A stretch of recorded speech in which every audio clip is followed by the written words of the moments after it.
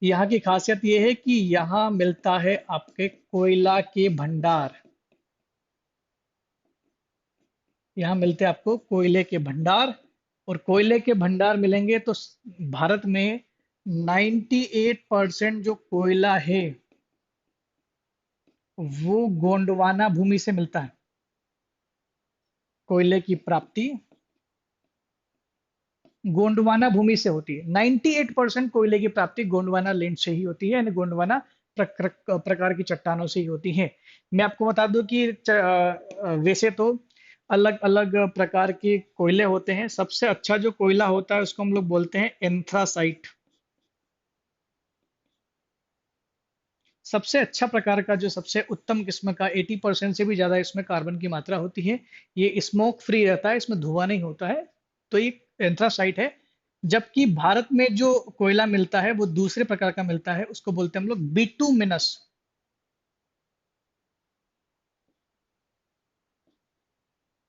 Bituminous प्रकार का कोयला मिलता है। छत्तीसगढ़, उड़ीसा, वेस्ट बंगाल और मध्य प्रदेश, ये ऐसे राज्य हैं जहां पर कोयला भारी मात्रा में मिलता है।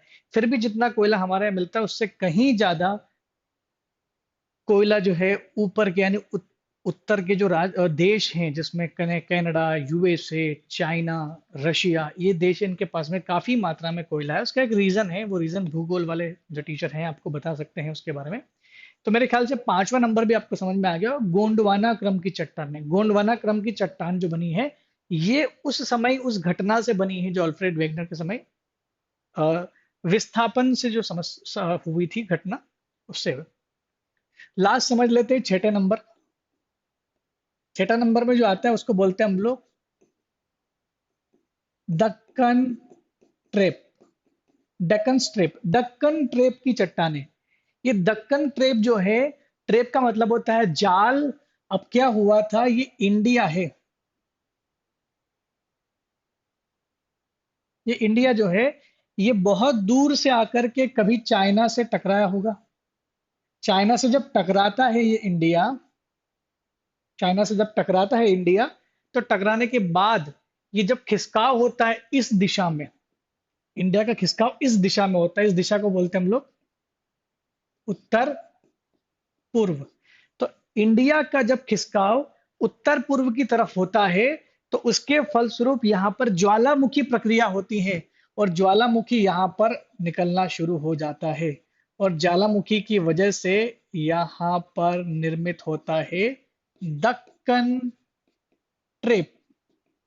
दक्कन इसलिए बोलते हैं क्योंकि दक्कन का मतलब होता है दक्षिण, साउथ इंडिया, जिसको हम लोग दक्कन बोलते हैं। तो यहाँ पर ये मिलेगा आपको, ये महाराष्ट्र में मिलेगा आपको, ये आंध्र प्रदेश, गुजरात, मध्य प्रदेश का दक्षिणी भाग, ये सब दक्कन यानी डेक्कन स्ट्रेप से बना हुआ है। मेरे ख्याल से आपको समझ में आ गया होगा सारी चीजें।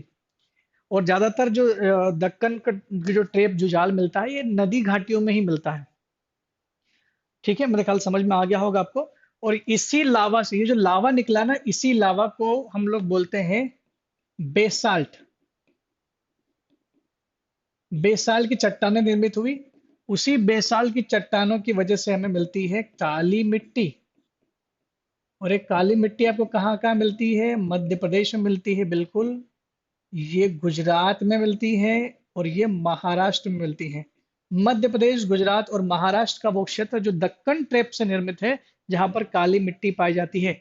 मैं आपको बता दूं काली मिट्टी की खासियत क्या है। काली मिट्टी में सबसे ज्यादा कॉटन का उत्पादन होता है, कॉटन के लिए सबसे अच्छी मानी जाती है, यानी कपास की खेती के लिए सबसे अच्छी मानी जाती है। इसे काली कपासी मिट्टी भी बोलते हैं, या इसे रेगुर मिट्टी भी बोलते हैं। दरारें पड़ जाती है बहुत बड़ी बड़ी इसमें।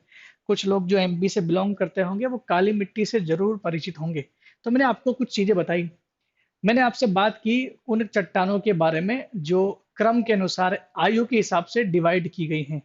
भारत में भी मध्य प्रदेश में इस प्रकार की चट्टानें मिलती हैं। देखिए, मध्य प्रदेश की बुकों से जो डेटा है उस तरह का है। आर्कियन की क्रम की चट्टान तो हमको समझ में आ गई होगी। आर्कियन क्रम की चट्टान तो हमने पढ़ लिया है। ये आर्कियन क्रम की चट्टान है आपकी। उसके अलावा ये आर्य समूह में ही वो ये धारवाड़ की चट्टानें दूसरी आपको मिल गई। गोंडवाना भी हमने पढ़ लिया है, और दक्कन स्ट्रेप भी हमने पढ़ लिया है।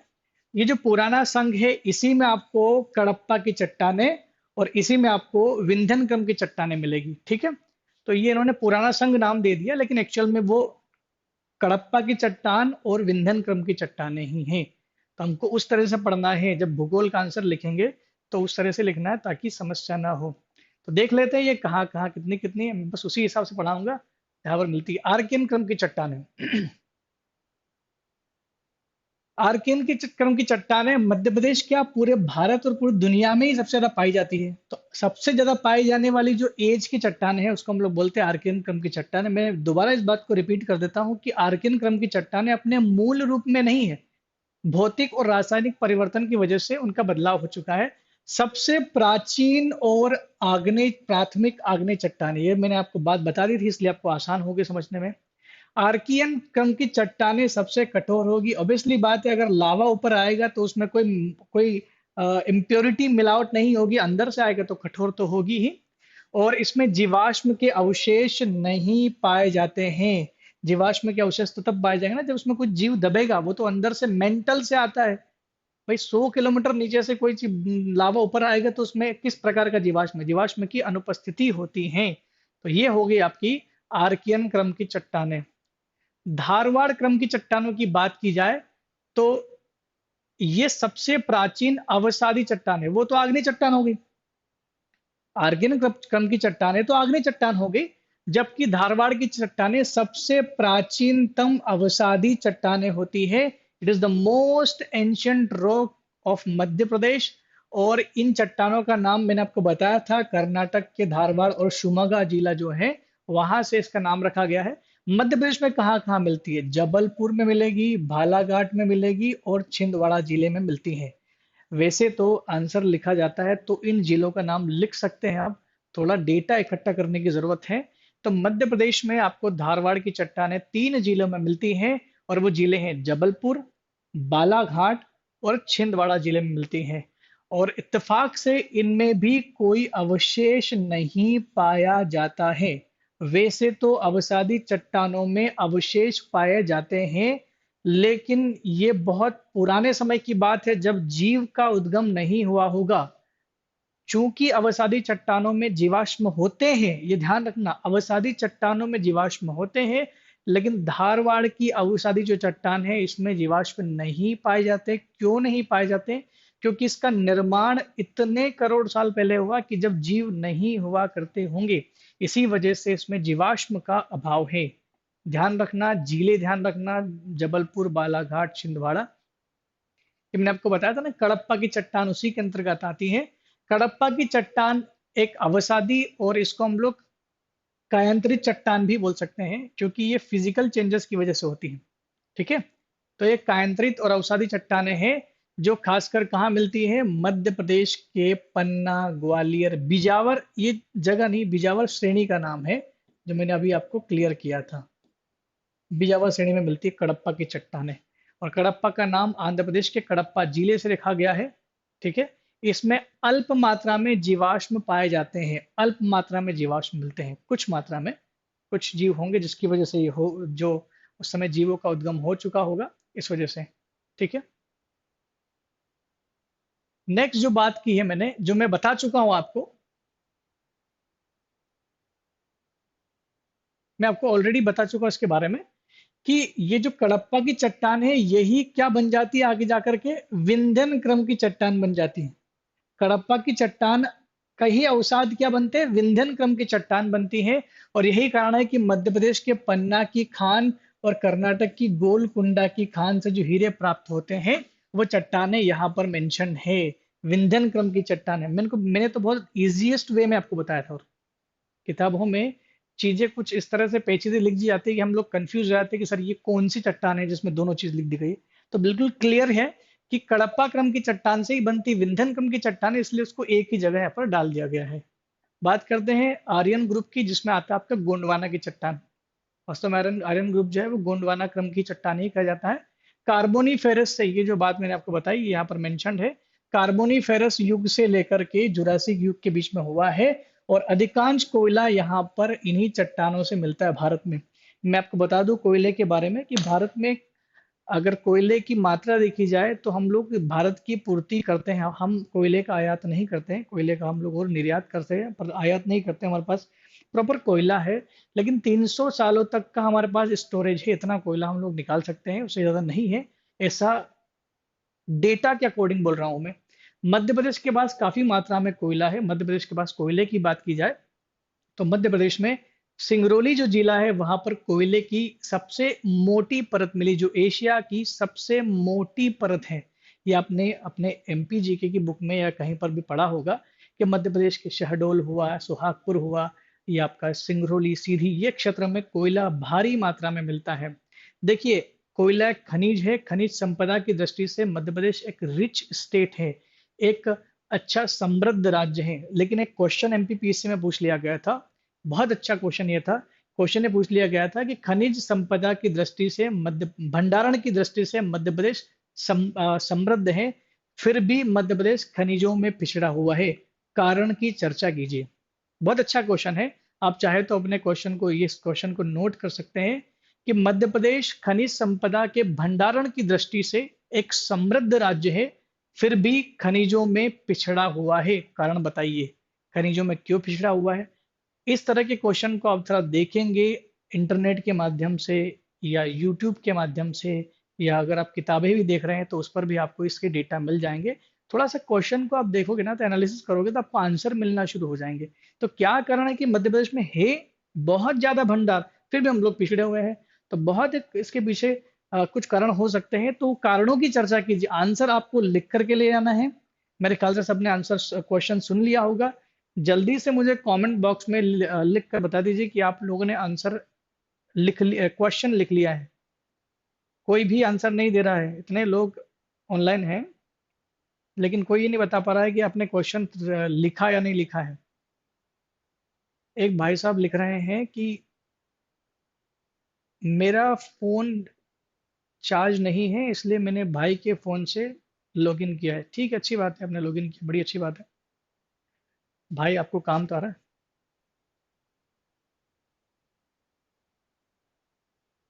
नेक्स्ट जो बात की जाती है गोंडवाना क्रम की, गोंडवाना क्रम की जो चट्टानें हैं ये मैंने बता दिया आपको। और लास्ट जो चट्टान आपकी मिलती है वो कौन सी है? वो चट्टान है दक्कन ट्रेप की चट्टान है, डेक्कन ट्रेप की चट्टान है। मेरे आंसर लिखने में कोई भी गलती नहीं होना चाहिए। दक्कन ट्रेप की चट्टानें सबसे आखिरी में बनती हैं। सबसे आखिरी का जो काल है वो है आपका मीजोजोइक काल के अंतिम समय में जो ज्वालामुखी निकलता है उससे जो आग्नेय चट्टान बनती है उससे बनती है आपकी डेक्कन ट्रेप। और ये दक्कन ट्रेप की वजह से जो चट्टानें हमें मिलती है वो बेसाल्टिक रॉक होती है, उसी से हमें मिलती है। ये दीर्घ काल के निक्षेपण के बाद हमें कौन सी मिट्टी मिल रही है? काली मिट्टी। ये मैंने आपको अभी बताया था थोड़ी देर पहले जब मैं पढ़ा रहा था। तो ये काली मिट्टी आपको कहाँ मिलती है, किन किन राज्यों में? मध्य प्रदेश, राजस्थान, सॉरी मध्य प्रदेश, गुजरात और महाराष्ट्र राज्य में मिलती है। तो काली मिट्टी जो मिलती है वो इन राज्यों में मिलती है। ठीक है, इतना कंपैरिजन है बेसाल्ट की चट्टान और नीस की चट्टान में। हम लोग पूरी चट्टानों को ही पढ़ लेंगे, इन दोनों चट्टानों का कंपैरिजन करने से कोई मतलब नहीं है। और बहुत सारी चट्टानें हमारे पास में हैं। तो अब हम लोग शुरू करते हैं मध्य प्रदेश की भौगोलिक विभाजन, जो कि बहुत इंपॉर्टेंट एक चैप्टर है। मध्य प्रदेश का भौगोलिक विभाजन, यानी मध्य प्रदेश को भौगोलिक दृष्टि से किन भागों में बांटा गया है। मध्य प्रदेश को भौगोलिक दृष्टि से तीन भाग में बांटा गया है, आपको दिख रहा होगा इधर मध्य उच्च भूमि यानी मध्य उच्च प्रदेश, और बीच में दिख रहा होगा आपको सतपुड़ा मेकल श्रेणी, और सबसे इधर दिख रहा होगा आपको पूर्वी पठार। इनको और थोड़ा सा क्लियर किया गया है कि मध्य उच्च प्रदेश यानी मध्य उच्च भूमि में कौन कौन से क्षेत्र आते हैं, जिसमें आपका मालवा का पठार, मध्य भारत का पठार, रीवा पन्ना का पठार, मालवा का पठार, मध्य भारत का पठार, रीवा पन्ना का पठार और नर्मदा सोन घाटी आती हैं। जबकि सतपुड़ा मेकल श्रेणी के अंतर्गत आपका सतपुड़ा पर्वत श्रेणी आता है और मेकल श्रेणी आता है। इसी में हम लोग विंध्यन पर्वत भी पढ़ सकते हैं, ऐसा कोई दिक्कत नहीं है। अ, पूर्वी पठार में दिख जाए तो बघेलखंड रीजन यानी बघेलखंड का पठार इसमें आता है। तो ये तीन अलग अलग क्षेत्रों में भौगोलिक विभाजन किया गया है। तो हम लोग इसको समझते हैं। तो इसमें दो चीजें आई, एक तो सतपुड़ा पर्वत श्रेणी आया, समझिएगा इस बात को, सतपुड़ा पर्वत श्रेणी आ रहा है, और दूसरे आ रहे हैं पठारी क्षेत्र, पठार। तो हम लोग पहले डिफाइन कर ले, डेफिनेशन समझ ले कि पर्वत क्या होता है, पठार क्या होता है, पहाड़ियाँ क्या होती हैं, मैदान क्या होते हैं, ये चीज़ें समझना बहुत ज़रूरी है। थोड़ा सा बेसिक मैं आपका क्लियर कर देता हूँ कि पठार, पर्वत और इनमें अंतर क्या है। यहीं पर क्लियर कर लेते हैं, मेरे ख्याल से जगह नहीं है खाली। देखिए, अगर कोई पर्वत हो या पठार हो या मैदान हो, जो भी ऊंचे, ये उच्च भूमियां कहलाती हैं, हाईलैंड कहलाती है। इनको समझ, इनकी ऊंचाई जो निश्चित की जाती है, जो मापी जाती है, ऊंचाई मापने का जो तरीका होता है, वो जैसे ये भूमि है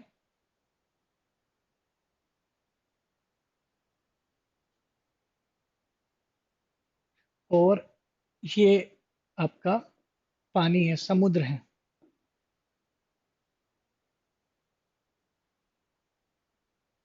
समुद्र, आपको ये पता होना चाहिए कि ऊंचाई सदैव समुद्र के स्तर से नापते हैं, क्योंकि समुद्र का स्तर दुनिया में कहीं पर भी हो, इक्वल रहता है। भूमि ऊंची नीची हो सकती है।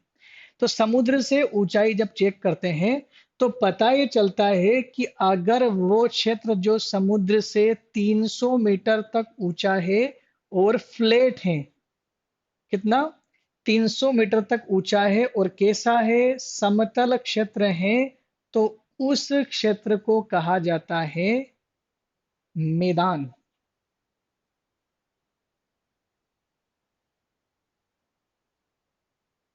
उस क्षेत्र को क्या कहा जाता है, प्लेन, मैदान कहा जाता है।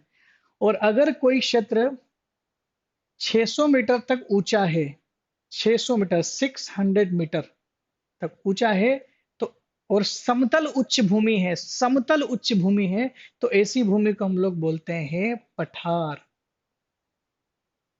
जबकि अगर 1000 मीटर ऊंचा है, 1000 मीटर ऊंचा है, और उसका शेप इस तरीके का है, तो उसको हम लोग बोलते हैं पर्वत।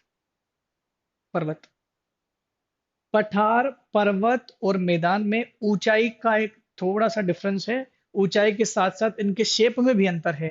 तो अगर आपसे पूछे कि पर्वत क्या है, तो मैं बोल सकता हूं सर, ये पर्वत है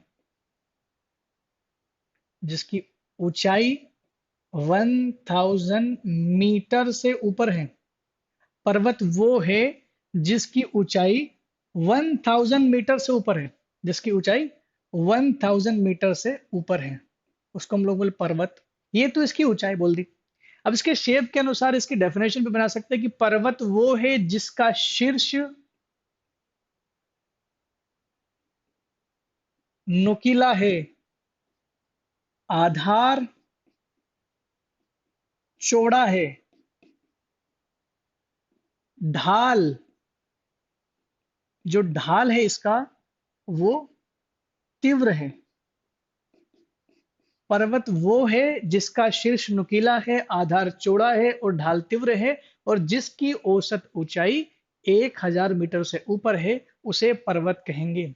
लेकिन कुछ शेप हमको ऐसे भी मिल जाते हैं जिनकी ऊंचाई 1000 मीटर से नीचे है, लेकिन बाकी सारी चीजें पर्वत जैसी हैं। ये नुकीला है, ये ढाल तीव्र है और आधार चौड़ा है। तो उसको क्या बोलेंगे, तो उसके लिए एक वर्ड है हिल्स, उसको बोलेंगे पहाड़ियां। उसको क्या बोलेंगे, हिल्स, उसको बोलेंगे पहाड़ियां।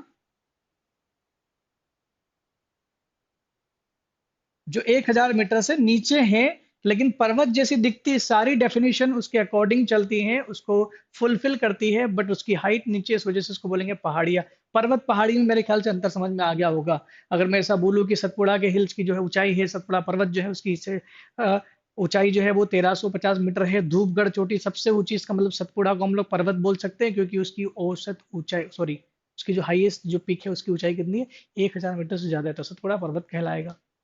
लेकिन वहीं अगर मैं विंध्याचल की बात करूं, वैसे तो विंध्याचल को हम लोग पर्वत बोलते हैं, लेकिन विंध्याचल पर्वत के ऊपर की अगर सबसे ऊंची चोटियां अगर आपको 1000 मीटर से ऊपर नहीं दिखती है, तो वो पर्वत नहीं कहलाना चाहिए, वो पहाड़ या पहाड़ियां कहलानी चाहिए।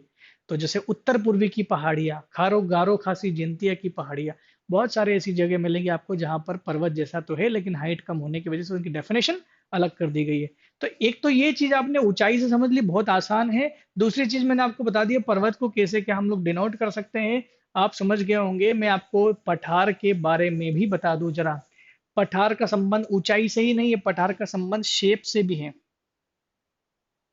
ऐसा एलिवेटेड एरिया, ऐसा ऊंचा भाग जो टेबल नुमा हो, टेबल लैंड बोलते हैं इसको, टेबल नुमा, यानी जिसका आधार भी चौड़ा हो और जिसका शीर्ष जो है वो भी समतल हो।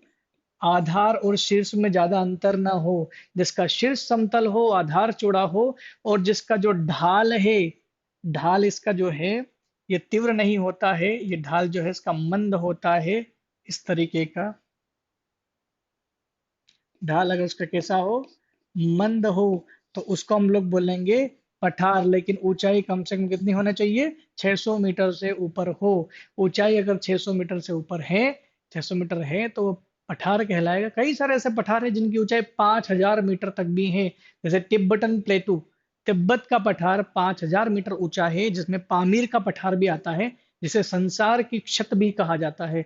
तो मेरे ख्याल से चीजें क्लियर हो गई होगी। ज्योग्राफी में ज्यादातर डेफिनेशन चित्र को देखकर ही बनाई जा सकती हैं। जरूरी नहीं कि बहुत ज्यादा टेक्निकल वर्ड आप इसमें डाल दे। आसान तरीके से भी आप समझा सकते हो किसी चीज को, तो बहुत अच्छा आपको आंसर मिल सकता है उसका, और आपको नंबर भी मिलेंगे। मेरे ख्याल से ये चीज आपको समझ में आ गई होगी, और नोट भी कर लिया होगा आपने। मैं ये मान के चल रहा हूँ कि क्लास के दौरान आप सब चीजें नोट कर रहे हैं। तो आइए वापस से आ जाते हैं उस मुद्दे पर जो हमने छोड़ा था, कि मध्य प्रदेश का भौगोलिक विभाजन। एक एक करके इन सब चीजों को पढ़ने की कोशिश करते हैं। मध्य प्रदेश के भौगोलिक विभाजन में सबसे पहले आता है मालवा का पठार। पहले हम लोग थोड़ा मैप में हर एक चीज देख लेते हैं। सबसे पहले मैंने बोला मालवा का पठार, ये मालवा का पठार, ये मालवा का पठार पूरा मालवा रीजन में, ये जो ब्लू वाला एरिया दिख रहा है आपको, पूरा मालवा रीजन में दिख रहा है। और मालवा के ही पठार के अंतर्गत विंध्याचल श्रेणी भी आती है, रीवा पन्ना के पठार, और इसमें भी दोनों में ये पूरा विंध्याचल श्रेणी आती है। नर्मदा सोन घाटी भी यहाँ पर दिख रही है आपको। उसके अलावा आपको दिख रहा है बघेलखंड का पठार, जिसका भी मेंशन किया गया था। बुंदेलखंड का पठार मध्य प्रदेश से बाहर हो जाता है इधर, लेकिन हल्का हल्का है ये, कुछ जिले इसमें आते हैं। बाकी मध्य भारत का पठार जो मध्य प्रदेश और राजस्थान दोनों में फैला हुआ है। ऐसा नहीं कि यहाँ कुछ नहीं है, यहाँ भी है, लेकिन वो राजस्थान में चला गया इसलिए इसको मेंशन नहीं किया गया है। ठीक है। तो रीवा पन्ना का पठार आप देख सकते हैं हरे वाले कलर में, रीवा पन्ना का पठार। मेकल श्रेणी और सतपुड़ा प्रदेश, ये सतपुड़ा पर्वत है आपका जो यहाँ से यहाँ तक फैला हुआ है। तो इस पूरे मैप में आपको दिखेगा कि वह चीजें जो हमने अभी डिस्कस की है वो सारी आपको दिख रही हैं। ठीक है। तो खाली ये चीजें मध्य प्रदेश में ही नहीं, मध्य प्रदेश के साथ साथ उसके पड़ोसी देशों में भी आपको मिलेगी। देखिए, ये जो हम लोग अब जो चीजें पढ़ने वाले हैं, यहाँ से सीधे सीधे मेंस में क्वेश्चन पूछे गए हैं। यहाँ तक कि 2015 में तो यह प्रश्न भी, अब तो हालांकि 15 नंबर का प्रश्न नहीं आता है, लेकिन 2015 का अगर आप प्रीवियस ईयर मध्य प्रदेश का वो सॉरी ज्योग्राफी का लेकर के देखें, तो जो ज्योग्राफी का पेपर होता है, अगर उसको 2015, 16, 17, 18 जो पेपर हुए हैं, इन सभी पेपरों को अगर आप देखेंगे तो आपको एक चीज बड़ी कॉमन इसमें मिलेगी। कॉमन चीज ये मिलेगी कि ज्योग्राफी दे दिया है बहुत बड़ा सिलेबस, लेकिन जो प्रश्न अधिकतर पूछे गए हैं वो मध्य प्रदेश की ज्योग्राफी से पूछे गए हैं। मध्य प्रदेश की खनिज संपदा के बारे में बताइए, खनिज नीति बताइए मध्य प्रदेश में। ये पठारों के बारे में पूछा गया, मालवा का पठार की विशेषता बताइए, ये प्रश्न पूछा गया था 2015 के एमपीपीएससी मेंस में। और क्वेश्चन के मार्क्स मिलने थे आपको 15। तो एक 15 नंबर का क्वेश्चन यहाँ से आया था, यानी यहाँ से क्वेश्चन हमेशा आएंगे। अगर आपने एमपी जीके का, एमपी का भूगोल पढ़ लिया तो आपको आसानी होगी। तो समझते हैं धीरे धीरे इसको, और क्वेश्चन के आंसर भी लिखना शुरू करेंगे हम लोग। मैंने आपको प्रश्न दे दिया है, प्रश्न का उत्तर लिख करके रखिएगा, कल हम लोग उस उत्तर की बात ही करेंगे। ठीक है। और जो कल प्रश्न दिया था उसके भी मैं उत्तर आपको बताऊंगा क्या उसका उत्तर होना चाहिए। देखिए, मध्य भारत का पठार जो है, ये मध्य भारत का पठार आपको मिलेगा, जैसा कि मैंने आपको मैप में बताया। ये मध्य भारत का पठार, ये मंदसौर नीमच हम लोग देख सकते हैं। एक तो आपको इतना अच्छे से रट जाना चाहिए आपका ये मैप, कि आप बस जगह से बता दो कि यहाँ पर कौन सा जिला होना चाहिए। अगर आपने इतना तक इसको कर लिया कवर, तो बहुत अच्छा आपको महसूस होगा। ये यहाँ पर जो दो जिले हैं, यहाँ पर मंदसौर और नीमच मिलेगा आपको। मंदसौर नीमच मंदसौर से अलग हुआ था, मैंने आपको बताया था कि मंदसौर नीमच से अलग होकर बना था। इसकी बात करें तो यहां पर आप क्या आएगा, श्योपुर, मुरैना, भिंड, ग्वालियर, शिवपुरी, ये जो जिले हैं ये आपके मध्य पठार के हिस्से, मध्य भारत के पठार के हिस्से में आएंगे। तो सीधी सी बात है, एक प्रश्न एक लाइन तो हम लिख सकते हैं कि मध्य पठार, मध्य भारत का पठार भारत के उत्तर उत्तरी मध्य प्रदेश के उत्तरी जिलों में फैला हुआ है, जिसमें कुछ जिले निम्न प्रकार से हैं: मंदसौर, नीमच, श्योपुर, शिवपुरी, मुरैना, भिंड और ग्वालियर। अगर इतना भी लिख दोगे तो काफी होगा आपको। तो एक तो इसका जनरल डिस्क्रिप्शन तो हो गया कि कहाँ पर है। अब आगे बात करते हैं इसके बारे में। उत्तर पश्चिम में है, ये उत्तर हो गया और थोड़ा पश्चिम में, इसलिए उत्तर पश्चिम एरिया में बोल सकते हैं इसको, बिल्कुल राइट है। तो मध्य प्रदेश के उत्तर तथा उत्तर पश्चिम क्षेत्र में स्थित है, ये बिल्कुल सही है, इसको हम लोग मेंशन करेंगे। ठीक है, उत्तर और उत्तर पश्चिम क्षेत्र में स्थित है। चट्टानों की बात करें तो ये हड़प्पा नहीं है, ये कडप्पा है। कडप्पा विंध्यन तथा दक्कन ट्रेप से निर्मित है। कडप्पा, विंध्यन और दक्कन ट्रेप, हम लोग ने अभी चट्टाने पढ़ी थी, मैंने चट्टाने इसीलिए तो आपको पढ़ाया था कि इसका जिक्र जो है बार बार होगा। इन चट्टानों से निर्मित है।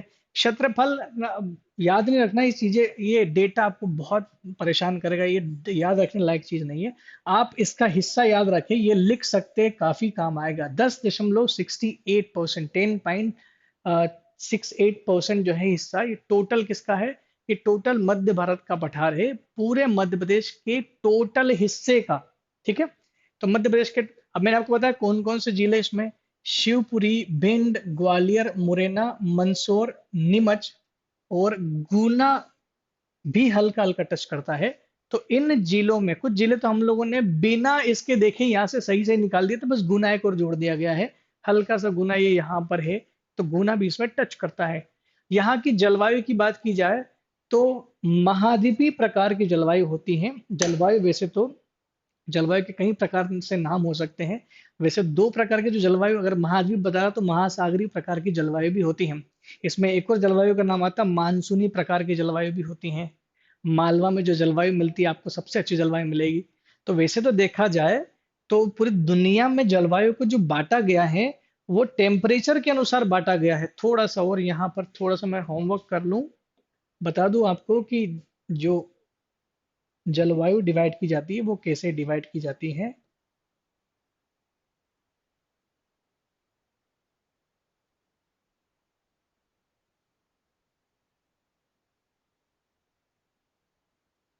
ये जो एरिया आपको मिल रहा है 0 से 30 डिग्री वाला, इसको बोलते हैं हम लोग उष्ण कटिबंध।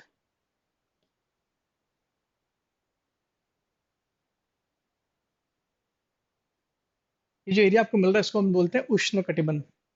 उष्ण कटिबंध के अंदर जो भी क्षेत्र आएंगे वहां की जलवायु गर्म होगी, उसे उष्ण कटिबंधीय जलवायु भी कहते हैं। उसी के अंदर बहुत सारे नाम दे दिए गए: महासागरीय जलवायु, महाद्वीपीय जलवायु, मानसूनी जलवायु, जहां पर बहुत ज्यादा बारिश होगी वो मानसूनी प्रकार की जलवायु हो जाती है। ठंड गर्म में ज्यादा अंतर नहीं होता है, मानसूनी प्रकार की जलवायु हो जाती है। जो जो राज्य सटे हुए हैं समुद्र से उनको महासागरीय जलवायु, जो महासागर से दूर अंदर महाद्वीपों में है, थोड़ा मध्य प्रदेश के अंदर आता है, ऐसे में इसकी जलवायु कैसे होगी, महाद्वीपीय प्रकार की जलवायु होगी। और 30 से 60 के बीच की जो जलवायु होती है, 30 से 60 के बीच की जो जलवायु होती है, इसको हम लोग बोलते हैं शीतोष्ण कटिबंधीय जलवायु। ये वाली शीतोष्ण कटिबंध। हालांकि कॉपेन की, कॉपेन का हम लोग जलवायु, जब मध्य प्रदेश की जलवायु पढ़ाऊंगा तो क्लियर कर दूंगा, बहुत सारी चीजें इसमें हैं। तो इस तरह से इसको डिवाइड किया जाता है। तो मध्य प्रदेश की जो जलवायु आपको दिख रही है वो कौन सी दिख रही है, मध्य प्रदेश की जलवायु आपको महाद्वीपीय प्रकार की दिख रही है। अब पूछा जाता है कि मध्य भारत से कौन कौन सी नदियां बहती है, तो मध्य भारत से चंबल बहती है जो सबसे महत्वपूर्ण नदी है। यानी मध्य भारत के पठार से बहने वाली सबसे बड़ी और सबसे इंपॉर्टेंट नदी चंबल नदी है। चंबल नदी जानी जाती है बीहड़ के कारण, ध्यान रखना, बेडलैंड टोपोग्राफी बोलते हैं इसको, बीहड़ उत्कात भूमि बोलते हैं इसको। ये जो बीहड़ क्षेत्र है ये बीहड़ वो एरिया है जहां पर कटाव होता है, मुरैना और भिंड एरिया में बहुत मिलेगा। और इसी बीहड़ में चंबल के डाकू भी होते थे। फूलन देवी का नाम जरूर सुना होगा आपने। आजकल तो डाकू सब बिल्कुल सिविलियन हो गए हैं, समझदार हो गए हैं। काली सिंध, क्षिप्रा, पार्वती, कुंवारी, आसन आदि नदियां जो है इस एरिया में बहती हैं। तो अगर दो चार नदियों के नाम भी लिख दोगे अपन अपने आंसर में, तो आपका आंसर ठीक होना शुरू हो जाएगा। आप इसी तरीके से लिखोगे तो शायद ज्यादा अच्छा आंसर होगा आपका। और वर्षा इस क्षेत्र में काफी कम होती है, ज्यादा वर्षा नहीं होती इस क्षेत्र में। और सबसे कम वर्षा वाला क्षेत्र भी इसी क्षेत्र में, इसी जगह में मिलेगा। भिंड में, मध्य प्रदेश में सबसे कम वर्षा होती है, जबकि सबसे ज्यादा वर्षा आपके पचमढ़ी में होती है, जो कि मालवा के पठार के रीजन में आएगा आपका। सॉरी, मालवा पठार में नहीं आएगा वो, सतपुड़ा श्रेणी में आता है। मध्य भारत के पठार, देखिए चीजें क्या क्या मेंशन क्या करना, अगर किसी पठार के बारे में क्वेश्चन पूछा है तो पठार की विशेषता के बारे में क्वेश्चन तो ये आएगा, पठार की विशेषता क्या है। पठार की विशेषता क्या होगी, पहली तो ये कि पठार का जो है वो कहाँ पर है। दूसरा, पठार जो है वो किस श्रेणी से बना हुआ, किस चट्टान से बना हुआ है। तीसरा, पठार से कौन कौन सी नदियां निकलती है। चौथा, पठार किन किन जिलों में है। पांचवा, पठार की जलवायु कैसी है। छठा, पठार में वर्षा कितनी होती है। सातवां पॉइंट जो बनता है वो पठार में कौन, इन पठारी क्षेत्र में कौन कौन सी फसलें होती हैं। तो मुख्य रूप से यहाँ पर जो फसलें होती हैं वो होती हैं सरसों, गेहूं, कपास और ज्वार की फसलें यहाँ पर होती है। मध्य प्रदेश में सबसे ज्यादा सोयाबीन का उत्पादन किया जाता है, लेकिन मध्य भारत के क्षेत्र में सोयाबीन का उत्पादन थोड़ा कम ही होता है। यहाँ की जो प्रमुख फसलें हैं वो सरसों, गेहूं, ज्वार और कपास होती हैं। बाकी खनिज संपदा की दृष्टि से मध्य भारत का पठार जो है वो काफी गरीब है, मतलब कम मिलता है यहाँ पर। सेक्रिसिटी बहुत कमी है यहाँ पर। यहाँ पर कोई खास तरह का कोई खनिज मिलता नहीं है। तो आपको दिख भी रहा होगा, चूना पत्थर ही एक ऐसा खनिज है जहाँ पर मिलता है, बाकी खनिज का कोई इंपॉर्टेंस यहाँ पर नहीं है। हाँ, उद्योग की बात की जाए तो उद्योग यहाँ पर है। भिंड में जो सरकार का एक औद्योगिक केंद्र लगाया हुआ है जिसका नाम है मालनपुर, ये प्रश्न में आ चुका है। भिंड का औद्योगिक क्षेत्र कौन सा है। जैसे भोपाल के पास में मंडीदीप एक औद्योगिक क्षेत्र है। बड़े बड़े शहरों के पास ऐसे लगाए भी गए। इंदौर के पास जो है पीथमपुर, उसका एक क्षेत्र बनाया गया है। पीथमपुर एक अच्छा एक सेज है, स्पेशल इकोनॉमिक जोन है। सूती कपड़ा उद्योग है और ग्वालियर शक्कर के लिए, उद्योग के लिए प्रसिद्ध है। लेकिन जो सबसे मेन उद्योग इस क्षेत्र का है वो है मालनपुर। मालनपुर जो भिंड में है ये काफी बड़ा उद्योग है उसका। उसके अलावा चीजें तो बहुत मिलती है आपको। ये शिवपुरी, बानमोर, मुरैना फर्नीचर उद्योग यहाँ पर है। दिया सलाई बनाने का कारखाना, ये एक क्वेश्चन आ सकता है कि दिया सलाई बनाने का कारखाना कहाँ पर है। ये आपका ग्वालियर में मिलेगा। तो ऐसे आप उत्तर लिख सकते हैं। इन पॉइंट को अगर आपने पॉइंट आउट कर दिया, नोट डाउन कर लिया, तो ये आपका उत्तर लिखने में काफी आसानी आपको होगी। और बात, विश्वास कीजिए इस बात का कि एमपीपीएससी के मेंस में, एमपीपीएससी का जो जो ज्योग्राफी वाला पेपर होता है उसमें ये काफी आता है। दो पॉइंट और लिख सकते हैं उसमें, दो तीन पॉइंट और। एक तो ये कि पर्यटन की दृष्टि से क्या ये पठार महत्वपूर्ण है। तो पर्यटन की दृष्टि से भी पठार महत्वपूर्ण है। देखिए, अगर किसी चीज का महत्व पूछा तो इसका मतलब उससे फायदा क्या क्या हो सकता है। महत्व मतलब अगर मैं आपसे बोलूं कि हिमालय का महत्व बताइए, तो आप बोलोगे सर हिमालय का महत्व है कि हिमालय में चूंकि बर्फ गिरती है तो टूरिस्ट प्लेस है, उससे इनकम होती है। हिमालय में बहुत सारी जड़ी बूटियां मिलती हैं, तो ऐसे में मेडिसिन की वजह से वो बहुत इंपॉर्टेंट है। हिमालय में अलग अलग प्रकार की बहुत सारी जीव जंतु स्पीसीज मिलती हैं, तो उस दृष्टि से भी ये बहुत इंपॉर्टेंट हो जाता है। उसके अलावा नदियों का बहाव वहां से बहुत ज्यादा होता है, तो नदियां बहुत सारी बहती हैं, तो नदियों का स्रोत भी हिमालय है। तो इंपॉर्टेंट वो लिखना है जिससे हमें फायदा हो। नदियां बहेगी तो ऑब्वियसली बात है खेती होगी। तो यहाँ पर भी मध्य भारत के पठार में भी वो जिले जहां पर पर्यटन है, तो पर्यटन से हमें काफी आसानी होती है। और पर्यटन में बात की जाए, माधव राष्ट्रीय उद्यान, करेरा अभ्यारण्य शिवपुरी में है ये। माधव राष्ट्रीय उद्यान, माधव राष्ट्रीय उद्यान से तो एक नेशनल हाईवे भी गुजरता है, हम लोग राष्ट्रीय उद्यान में और थोड़ा क्लियर करेंगे। ग्वालियर का दुर्ग बड़ा फेमस है। ग्वालियर के दुर्ग बड़ा फेमस है। ग्वालियर के दुर्ग को तो जो है काफी नाम दिया गया है कि ये दुर्ग है जिसको भेदा नहीं जा सकता, बड़ा सा दुर्ग था ये। ठीक है। आ, सूर्य मंदिर, महल, पालपुर कूनो राष्ट्रीय उद्यान, ये श्योपुर में अभी हाल ही में पालपुर कूनो राष्ट्रीय उद्यान को बनाया गया है। श्योपुर जो है, ये पालपुर कूनो राष्ट्रीय उद्यान चर्चा में कई बार आया। एक बार चर्चा में इसलिए आया था क्योंकि गुजरात में जो गिर के जंगल है, गिर के जंगलों से वहां के जो शेर हैं, एशियाई जो एशियन लायन होते हैं, बब्बर शेरों को यहाँ पर लाने का एक एमओयू साइन किया गया था, यानी तो एग्रीमेंट साइन किया गया था दोनों राज्यों के बीच में, लेकिन इत्तेफाक से वो नहीं हो पाया। और 2008 में सरकार ने फिर से साउथ अफ्रीका के साथ में एक एमओयू साइन किया था, जिसमें साउथ अफ्रीकन बब्बर शेरों को पालपुर कूनो राष्ट्रीय उद्यान में लाने का एक एग्रीमेंट हुआ है, लेकिन अभी तक इस पर कोई अमल नहीं हुआ है। तो फिर भी पूछा जा सकता है, यूपीएससी ने क्वेश्चन पूछ लिया था पालपुर कूनो राष्ट्रीय उद्यान के बारे में कि भारत के किस राष्ट्रीय उद्यान में गिर राष्ट्रीय उद्यान से शेरों को ले जाने का एग्रीमेंट साइन हुआ है। तो वो राष्ट्रीय उद्यान मध्य प्रदेश का है, क्योंकि मध्य प्रदेश में जब सबसे ज्यादा राष्ट्रीय उद्यान ही है। 64 योगिनी मंदिर, गुजरी महल, ये ग्वालियर में, ग्वालियर के किले में मिलेगा। तेली का मंदिर, हिंडोला द्वार, हिंडोला महल अलग है, हिंडोला द्वार अलग है, इस ध्यान रखना। ये सब चीजें घूमने फिरने लायक, ग्वालियर जाओगे तो ग्वालियर का किला आपको मिलेगा, और ग्वालियर के किले में आपको बहुत सारे मिलेंगे। वहां पर सास बहू का मंदिर, ये सास बहू का मंदिर जो है, इसका ओरिजिनल नाम सहस्त्र बाहू का मंदिर ऐसा कुछ था, बाद में इसका सास बहू नाम रख दिया गया। सास बहू का मंदिर है, शायद भगवान विष्णु का मंदिर है ये। तो ये सारी चीजें आपको इन क्षेत्र में मिलेगी जो पर्यटन की दृष्टि से इंपॉर्टेंट है। पर्यटन होगा तो obviously बात है, हमको इनकम, सोर्स ऑफ इनकम होना शुरू हो जाएगा। तो मेरे ख्याल से चीज समझ में आ गई होगी। जनजाति की बात करें तो जनजाति वाला एस्पेक्ट भी समझना है। देखिए, इन क्षेत्रों में जो जनजाति पाई जाती हैं वो है, मुख्य जनजातियां आपकी है सहरिया, और ये जो ये एक ही जनजाति पाई जाती है, सहरिया।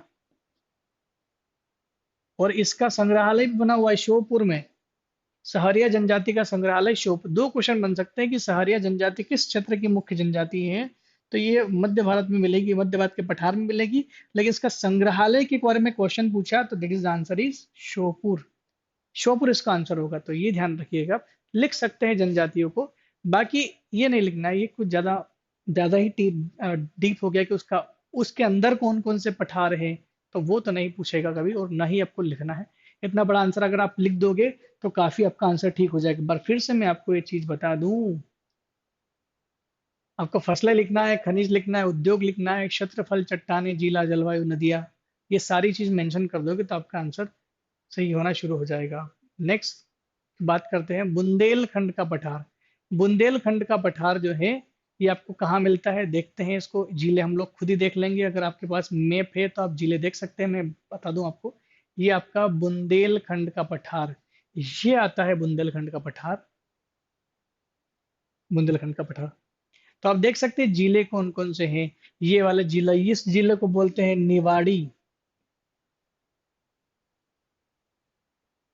निवाड़ी जिले में है। टीकमगढ़ जिला है, टीकमगढ़ जिला है। इधर आपका मिल जाएगा मुरैना, भिंड जिला मिल जाएगा, दतिया में भी आता है। तो ये जिले जो है, पन्ना भी इधर ही आसपास जिले में आता है। तो पन्ना हो गया, टीकमगढ़, निवाड़ी, निवाड़ी हो गया, दतिया हो गया, मुरैना हो गया, भिंड हो गया, इन जिलों में बुंदेलखंड का पठार मिलता है। अब देखते हैं हम लोग मैप के हिसाब से कितना सही बिटते हैं। बुंदेलखंड का पठार, और ये बुंदेल जो पठारी भाग है, ये कौन सी दिशा में, इस दिशा में है। जैसे पठारी भाग जो है किस दिशा में, मध्य प्रदेश है, तो ये इस दिशा में है। इस दिशा को हम लोग बोलते हैं मध्य उत्तरी भाग में। नीस की चट्टे, इसका दिशा डायरेक्शन सही नहीं दिया गया है। ये हम लोग बोल सकते हैं इसका उत्तर पूर्वी भाग, मध्य प्रदेश के उत्तर पूर्वी भाग में फैला, उत्तर और पूर्वी मध्य भाग में फैला हुआ, ऐसा कह सकते हैं। तो मध्य उत्तरी भाग में नीस की चट्टानों से बना हुआ है। नीस आग्नेय चट्टानों का ही मेटामॉर्फिक फॉर्म है। नीस जो है वो आग्नेय चट्टानों का ही कायांतरित रूप है, उन चट्टानों से मिला है। और ये चट्टानों की अपरदित सतह है, इरोजन हो गई है, कट कट के बनी हुई है। इसका भाग काफी कम है मध्य प्रदेश में, 7.70 है। कुछ भाग इसका यूपी में भी है। बहुत बड़ा रीजन है बुंदेलखंड, बुंदेलखंड बुंदेली भाषा से है, ठीक है। और बुंदेलखंड में बुंदेला राजा भी हुए, बहुत पुराना इसका इतिहास रहा है। 7.70 जो परसेंटेज का टोटल भाग मिलता है। और इसके जिले जो है, मैंने अभी आपको बताया, इसमें दतिया हम लोगों ने क्रैक कर लिया था, टीकमगढ़ सही क्रैक किया था, निवाड़ी किया था, भिंड सही किया था, ठीक है। इसमें मुरैना भी आता है, मुरैना मैप के अकॉर्डिंग चलेंगे तो मुरैना भी आएगा, शिवपुरी, ग्वालियर और छतरपुर, बहुत सारे जिले उसमें आते हैं। इन जिलों के कुछ कुछ हद तक कुछ क्षेत्र मिलते हैं। तो इसके अलावा उत्तर प्रदेश, मैंने बोला ना, उत्तर प्रदेश की भी तहसीलें शामिल हैं, तो ये भी शामिल हो सकता है। तो दतिया, छतरपुर, टीकमगढ़, निवाड़ी, ग्वालियर, शिवपुरी और भिंड, इन जिलों की कुछ तहसीलें और पूरे जिले जिले भी आते हैं। उसके अलावा उत्तर प्रदेश के भी क्षेत्र इसमें आते हैं। ठीक है, आगे बढ़ते हैं। इसकी जलवायु की अगर बात करें तो जलवायु यहाँ पर भी महाद्वीपीय प्रकार की जलवायु होती है। ठंड में ज्यादा ठंड, गर्मी में ज्यादा गर्मी, यही क्वालिटी है महाद्वीपीय प्रकार की जलवायु की। महाद्वीप प्रकार की जलवायु के बारे में अगर आपसे पूछे किस तरह की होती है, कि यहाँ पर शीतकालीन में अधिक ठंड पड़ती है, गर्मी में अधिक गर्मी पड़ती है। बारिश का कोई ऐसा संबंध नहीं है। ठीक है, बारिश की बात की जाए बुंदेलखंड के पठार में, तो एवरेज, ऑन एन एवरेज जो वर्षा होती है यहाँ पर 75 सेंटीमीटर से लेकर के 100 सेंटीमीटर तक होती है। तो वर्षा काफी कम होती है, ज्यादा ये नहीं है। 75 सेंटीमीटर से 100 सेंटीमीटर, 100 प्लस होती है तो हम मान सकते हैं कि काफी रिच एरिया हो सकता है फसलों के मामले में। तो 75 से 100 सेंटीमीटर के बीच में होती है यहाँ पर। और मिट्टी यहाँ की काली और मिश्रित लाल मिट्टी पाई जाती है। मिश्रित लाल काली मिट्टी पाई जाती है, यानी लाल मिट्टी भी मिलती है और काली मिट्टी भी, यानी मिश्रित मिट्टी भी मिलती है यहाँ पर। नदियां जो है यहाँ की, दो तीन मेन नदियां मान लीजिए, बेतवा, केन और सिंध नदियां है। दसाल का इंपॉर्टेंस इतना नहीं है, लेकिन कुछ नदियां इंपॉर्टेंट इसमें हो जाती है। फसलें यहाँ पर भी, सोयाबीन की फसल ज्यादा मात्रा में नहीं होती है। सोयाबीन तो केवल मालवा में सबसे ज्यादा होता है, और इतना बल्क में होता है कि पूरा इंडिया में टॉप चलता है। ज्वार, गेहूं, तिल और अलसी, ये फसलें यहाँ पर होती हैं। तो फसलों की भी जानकारी आप अपने आंसर में लिख सकते हैं। बुंदेलखंड के पठार के बारे में भी प्रश्न पूछा गया है। खनिज संपदा की बात की जाए तो खनिज यहाँ पर मिलता है, ग्रेनाइट पत्थर मिलता है, रॉक फॉस्फेट मिलता है। देखिए, खासियत यह है कि यहाँ पर भी खनिज संपदा के मामले में ये भी पिछड़ा हुआ, ज्यादा इसमें कुछ खास मिलता नहीं है। उद्योग की बात की जाए तो चंदेरी यहाँ का प्रमुख साड़ी उद्योग है। चंदेरी यहाँ का प्रमुख साड़ी उद्योग है जो अशोक नगर में स्थित है। चंदेरी साड़ी उद्योग अशोक नगर का जो चंदेरी है, चंदेरी की साड़ियों को वैसे भी हमारे देश में जीआई टैग मिला हुआ है और दुनिया में प्रसिद्ध है यहाँ की साड़ियाँ। बुंदेलखंड के पठार की बात करें तो उसके जो प्रसिद्ध पर्यटन स्थल हैं वो खजुराहो के टेम्पल विश्व प्रसिद्ध हैं। तो खजुराहो के टेम्पल जो कि यूनेस्को की लिस्ट में भी शामिल है, ये खजुराहो के टेम्पल आपको मिलेंगे। बाकी ओरछा में भी यहाँ पर आपको एक पर्यटन स्थल मिलेगा, रामायण संग्रहालय यहाँ पर मिलेगा आपको। तो ओरछा भी इम्पोर्टेंट है। बुंदेला संग्रहालय छतरपुर में मिलता है। पीताम्बर शक्तिपीठ जो दतिया में है, जैनियों का, यानी जैन समाज के लिए काफी इंपॉर्टेंट है ये। और एक सतखंडा महल दतिया में मिलता है, वो भी एक अच्छा पर्यटन स्थल है। हम लोग तो बाहर घूमने का ज्यादा समझ सोचते हैं, लेकिन मध्य प्रदेश में भी काफी सारी चीजें ऐसी हैं जहां आसानी से घूमा जा सकता है। काफी सारी चीजें, जगह ऐसी है जहां पर हम आसानी से घूम सकते हैं। जौहर कुंड, खूनी दरवाजा, ये भी काफी प्रसिद्ध जगह पर है इस क्षेत्र की। तो ये जगहों के नाम कई बार पूछ लिए जाते हैं और पर्यटन की दृष्टि से काफी अच्छा जगह है बुंदेलखंड। ये जो फोटो दिया गया है, ये खजुराहो के मंदिर का है। मंदिरों की बात हम लोग एक क्लास में जरूर करेंगे आगे, पर्यटन की बात भी करेंगे, और मंदिर में भी कौन कौन से मंदिर किस किस राजा ने कब कब बनवाए थे वो भी बहुत महत्वपूर्ण है, इसलिए उसको भी हम लोग पढ़ेंगे। ये 15 नंबर में क्वेश्चन पूछा गया था। नेक्स्ट जो क्वेश्चन, सबसे इंपॉर्टेंट क्वेश्चन पूछा गया था, मालवा के पठार का महत्व बताइए या उसका विभाजन बताइए या उसके बारे में टिप्पणी कीजिए। टिप्पणी करना है, अगर शब्द लिख दिया कि टिप्पणी करना है तो जो भी जानते हो मालवा के पठार के बारे में सब कुछ लिखना है, सारी अच्छी अच्छी बातें लिख देनी है। तो मालवा के पठार की स्थिति की हम लोग बात करें तो ये आपका मालवा का पठार है जो दिखा हुआ है आपको मैप में। इस मैप से हम लोग जान लें कि मालवा का पठार मध्य प्रदेश का सबसे बड़ा हिस्सा है, सबसे बड़ा पठार है, जिसमें आपका इंदौर, उज्जैन, भोपाल, जबलपुर रीजन, रीवा वाला रीजन आ जाएगा, विदिशा भी आ जाएगा। ये बहुत बड़ा रीजन, सीहोर, ये सब मालवा के पठार में आता है। और जरूरी नहीं कि यहाँ पर एक ही भाषा बोली जाए, लेकिन मालवा का पठार का जो उद्गम हुआ है, जो बना है, ये डेक्कन स्ट्रेप के समय पे जो लावा निकला था, उस लावा की वजह से ये मालवा का पठार बनता है। और ज्वालामुखी उद्गार की वजह से ही ये बनता है। और कर्क रेखा इस पठार को बिल्कुल बीच में से काटती है। कर्क रेखा मालवा के पठार को एग्जैक्टली बीच में से काटती है।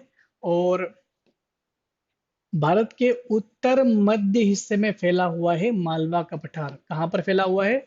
भारत के उत्तर मध्य हिस्से में फैला हुआ है मालवा का पठार। कर्क रेखा इसके इसके मध्य से गुजरती हैं। कर्क रेखा इसके मध्य से गुजरती हैं। और इसका जो निर्माण हुआ है वो ज्वालामुखी उद्गार के लावे से हुआ, इसलिए इसे लावा पठार भी बोलते हैं। मालवा के पठार को लावा का पठार भी बोलते हैं। मालवा के पठार में काफी अच्छी बारिश होती है, तो जाहिर सी बात है कि यहाँ पर फसलें काफी अच्छी होगी। 100 सेंटीमीटर से 125 सेंटीमीटर के बीच में यहाँ पर बारिश होती है।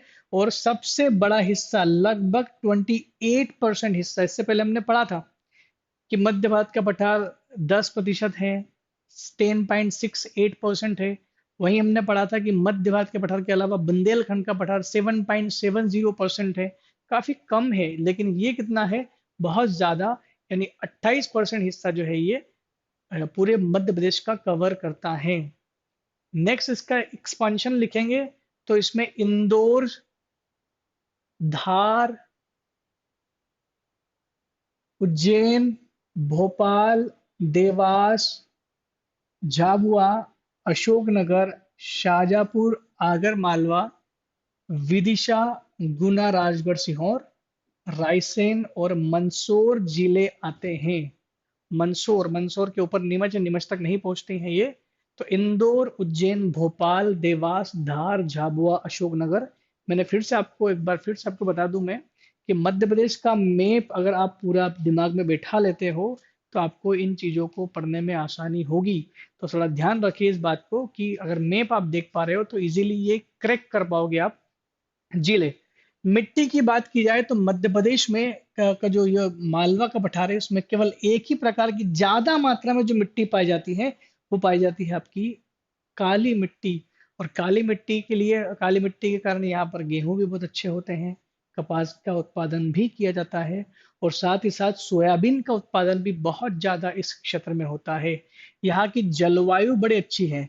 यहाँ की जलवायु मॉडरेट जलवायु है, इसको हम लोग बोलते हैं सम जलवायु। सम जलवायु। इवन और इसको ये भी बोल सकते हैं मानसून प्रकार की जलवायु भी बोलते हैं। पूरे मध्य प्रदेश में मानसून प्रकार की जलवायु है ना। तो सम जलवायु का मतलब होता है जहां पर न तो ज्यादा गर्मी गिरती हो न ज्यादा ठंड गिरती हो। यहाँ पर न ज्यादा गर्मी पड़ती है न ज्यादा ठंड पड़ती है, बारिश भी अच्छी हो जाती है। इस प्रकार की जलवायु को मतलब सौहार्दपूर्ण, एक बहुत अच्छी प्लेजरस फील करने वाला एक क्लाइमेट होता है यहाँ का। फाहियान जो चीनी एक व्यक्ति भारत में आया था, राइटर था बहुत पुराना, हैंसांग फाहियान इत्सिंग चीनी भी बहुत सारे हमें इंडिया में आए थे पुराने समय में। फाहियान जब इंडिया में आया तो मालवा का विजिट करने के बाद उसने जो वक्तव्य दिया, जो शब्द कहा कि दुनिया की सबसे श्रेष्ठतम जलवायु अगर किसी क्षेत्र की है तो मालवा की मिट्टी में मिलेगी आपको, यानी मालवा क्षेत्र में मिलेगी आपको। यहाँ की मुख्य फसलें मैंने बताया आपको, तीन ही फसलें हैं, और वो है आपकी सोयाबीन, गेहूं और कपास। इतनी ज्यादा मात्रा में उगाते हैं हम लोग, जिसमें सोयाबीन में हम लोग टॉप पर चलते हैं। हालांकि पिछले 2 सालों में सोयाबीन में भारत ने काफी थोड़ा सा नुकसान तो हुआ है हमको, मैंने आपको बताया भी था कि पीला मोजेक रोग आने की वजह से सोयाबीन को काफी खासा नुकसान पहुंचा है। ठीक है, नेक्स्ट बात करते हैं, क्रॉप्स की बात हो गई तो पर्यटन की बात कर लेते हैं। पर्यटन की, देखिए पर्यटन की दृष्टि से पर्यटन भी यहाँ पर काफी ज्यादा मिलेगा आपको, लेकिन फिर भी इतना नहीं जितना कि मध्य भारत में पर्यटन आपको मिलता है। यहाँ पर आपको उज्जैन पूरा एक पर्यटन स्थल है, पूरी धार्मिक नगरी है। यहाँ पर देखने के नाम पे आपको मंदिर मिलेंगे, महाकाल उसमें से एक अब अपना एक बड़ा सा एक महत्व रखता है। मंदिरों की नगरी भी कहा जाता है, इसमें मंदिर बहुत ज्यादा है। मंदिरों की नगरी दो जगह को कहा जाता है, खजुराहो को भी कहा जाता है क्योंकि खजुराहो में भी बहुत सारे मंदिर हैं, और यहाँ पर भी बहुत सारे मंदिर हैं। सांची का स्तूप देखने को मिलेगा जो अशोक ने निर्मित करवाया था उनके समय में। भीमबेटका की गुफाएं ये जो प्राचीनतम शिलाश्रय हैं पूरे भारत के, सबसे पुराने शिलाशैल चित्र मिलेंगे आपको। इसके अलावा विदिशा में भी ये कुछ चीजें हमको मिलेगी जो देख सकते हैं आप। उदयगिरी और खंडगिरी की गुफाएं पुरानी देखने को मिलेगी। इसके अलावा भोपाल के पास में आपको भोज मंदिर भी मिलेगा आपको एक, जो भगवान शिव की सबसे बड़ी शिवलिंग वहां पर बिठाई गई है, भोजपुर। तो ये भी एक टूरिस्ट प्लेस है जहाँ पर घूम सकते हैं। मालवा में बाकी छोटे छोटे कई मंदिर भी हैं, ऐसा नहीं है। और मालवा के लिए एक वर्ड वर्ड इस्तेमाल किया गया है। मालवा को सॉरी, भारत का, मध्य प्रदेश का स्टेपी कहा जाता है। स्टेपी एक शब्द आता है, स्टेपीज, स्टेपीज। ये यूरोप में चलता है। यूरोप के यूक्रेन जो देश है, यूक्रेन, वहां पर गेहूं इतनी ज्यादा मात्रा में उगाए जाते हैं तो उसको बोलते हैं गेहूं की डलिया, रोटी की डलिया। Bread basket in the world, दुनिया में रोटी की डलिया बोलते हैं। और गेहूं हमारे मध्य प्रदेश में सबसे ज्यादा, मालवा क्षेत्र पूरे मध्य प्रदेश को गेहूं प्रदान करता है, बहुत अच्छी किस्म के होते हैं, इसलिए इसको बोलते हैं गेहूं की डलिया या रोटी की डलिया भी बोल सकते हैं।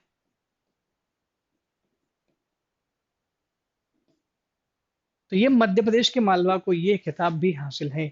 मध्य प्रदेश से रिलेटेड चीजें आप लिख सकते हैं। मालवा के पठार को समझने में आपको कोई समस्या उत्पन्न नहीं होगी। बाकी जो पठारी क्षेत्र बचे हुए हैं, इनकी चर्चा भी हम लोग करेंगे नेक्स्ट क्लास में। आज की क्लास में हम लोग इतनी ही बात करेंगे, मेरे ख्याल से अगर ज़्यादा पढ़ेंगे तो बहुत ज़्यादा हो जाएगा। आज की क्लास में हम लोगों ने बहुत अच्छी चर्चाएं की, जिसमें पठारी और पठारी भाग शामिल है, जिसमें अभी हम लोग पठारी किए हैं, पर्वत भी पढ़ेंगे। पठार में हमने मध्य भारत का पठार पढ़ लिया, बुंदेलखंड का पठार पढ़ लिया, मालवा का पठार पढ़ लिया। इन तीन पठारों के बारे में हमने बात की।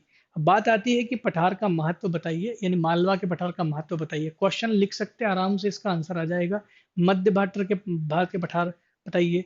या क्वेश्चन ये पूछ लेगा कि पर्यटन की दृष्टि से मालवा का पठार किस प्रकार महत्वपूर्ण है। पर्यटन की दृष्टि से पूछेगा तो मध्य भारत के मालवा के पठार में जो पर्यटन क्षेत्र है उनको आपको लिखना पड़ेगा। क्वेश्चन कुछ भी बनाया जा सकता है। मध्य प्रदेश का मध्य भारत का पठार पर्यटन की दृष्टि से काफी समृद्ध क्षेत्र है, समझाइए। मध्य भारत का पठार पर्यटन की दृष्टि से समृद्ध क्षेत्र है, बताइए। तो आपको खजुराहो के टेम्पल वगैरह बताने पड़ेंगे, वहां पर जो भी आपको मिलेगा बहुत सारी चीजें वो आप बता सकते हैं। तो मेरे ख्याल से ये चीजें जो हैं, क्वेश्चन जो आपको समझ में आ रहे होंगे, तो आप एमपी को खाली